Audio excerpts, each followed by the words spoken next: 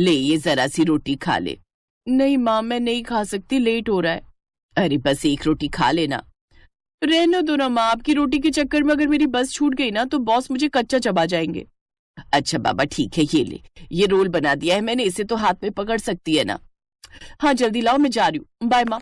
ये कहानी है रोमिता की, जो अपने माँ बाप की इकलौती संतान थी।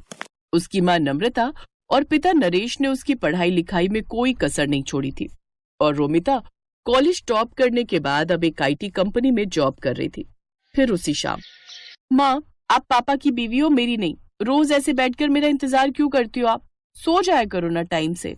जब तू माँ बनेगी ना तब तुझे मालूम चलेगा कि अपने बच्चे को देखे बिना माँ की आंखें नहीं लगती। अच्छा पर पहले मेरी शादी तो करवाओ या ऐसे ही माँ बन जाओ, बताओ। रुक बदमाश कहीं की, अभी बताती हूँ तुझे।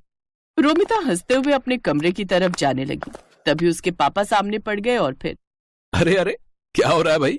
कुछ नहीं पापा, मैंने माँ से कहा कि मेरा हलवा खाने का मन है, तो देखो ना माँ मुझे मारने आ रही है। क्या नम्रता, हलवाई तो मांग रही है, बना दो ना उसके लिए, इसमें इतना गुस्सा करने की क्या बात है? रोमिता अपने परिवार की जान थी। वक्त ऐसे ही हंसते खेलते गुजर रहा था और फिर एक दिन, नम्रता जरा इधर आओ। क्या हुआ जी? अरे वो लखनऊ वाले मौसा जी है ना? हाँ हाँ, क्या हुआ उन्हें? उन्हें कुछ नहीं हुआ, उनका फोन आया था, रोमिता के लिए एक रिश्ता बताया। कह रहे थे कि खुले विचारों वाला परिवार है, उन्हें लड़की के जॉब करने पर भी कोई आपत्ति नहीं है, और सबसे बड़ी बात वो लोग इसी शहर में रहते हैं। अरे वाह, ये तो बहुत अच्छा रहेगा। क्या अच्छा रहेगा माँ? मुझे नहीं करनी शादी वादी। क्यों भाई, क्यों नहीं करनी शादी तुम्हें? मैं चली जाऊंगी तो आप दोनों का ख्याल कौन रखेगा? तुम रखोगी और कौन रखेगा? अभी तो हमारे हाथ पैर चल रहे हैं, जब हम बूढ़े हो जाएं तो हमसे मिलने आती रहना, और क्या। नहीं पापा, पता नहीं कैसे होंगे वो ससुराल वाले, मुझे कहीं नहीं जाना। ऐसा नहीं कहते पगली, बिटिया तो पराया धन होती है, एक न एक दिन तो उसे ससुराल जाना ही पड़ता है। और पता है जिस जगह से रिश्ता आया है ना, उन्हें तेरे जॉब करने से कोई दिक्कत नहीं है, और तो और वो भी इसी शहर में रहते हैं, तो तुझे जॉब बदलनी भी नहीं पड़ेगी। अब बताओ, अब इससे बढ़कर और क्या चाहिए? रोमिता भी यही चाहती थी कि शादी के बाद भी वो जॉब करती रहे, तो काफी मान मनव्वल के बाद उसने इस रिश्ते के लिए हाँ कर दी और कुछ दिन बाद रोमिता शादी करके रंजीत के घर आ गई। रंजीत एक फैक्ट्री में मैनेजर था। घर में उसके माँ पिता और एक बहन थी जिसकी शादी अभी नहीं हुई थी।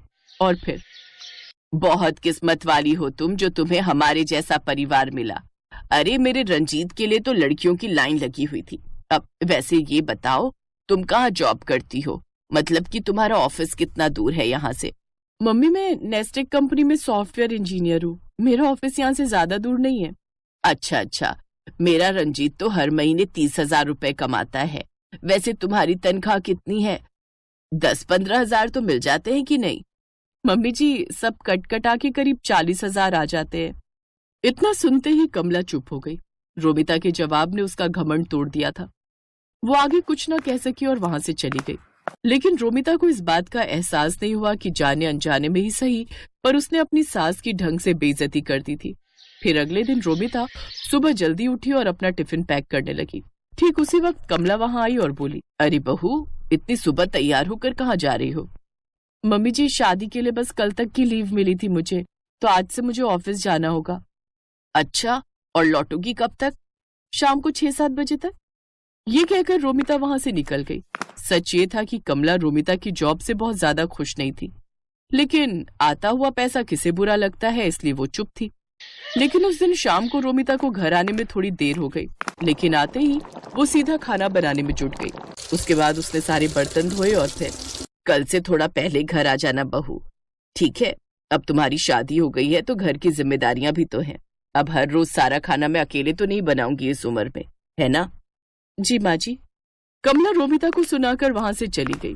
वो अगली सुबह जल्दी उठी और ढेर सारा खाना बनाकर ऑफिस चली गई। फिर उसी शाम, ये खाना तो तुमने सुबह बनाया था ना? हाँ मम्मी जी, क्यों पसंद नहीं आया क्या आपको? नहीं, ठीक है। उस दिन तो कमला ने रोमिता से कुछ नहीं कहा, लेकिन कमला को ये बात हजम नहीं हो रही थी कि रोमिता क्यों इतनी आसानी से सब मैनेज कर ले रही है। फिर एक दिन कमला ने कलेश फैलाने की ठान ही ली और उसी शाम, देखो बहू, मैंने और रंजीत के पापा ने बहुत कोशिश की, मगर हम इतना एडजस्ट नहीं कर पाएंगे। इन्हें गरम खाना खाने की आदत है, समझी? तो कल से शाम का खाना शाम को ही बनाना, समझी?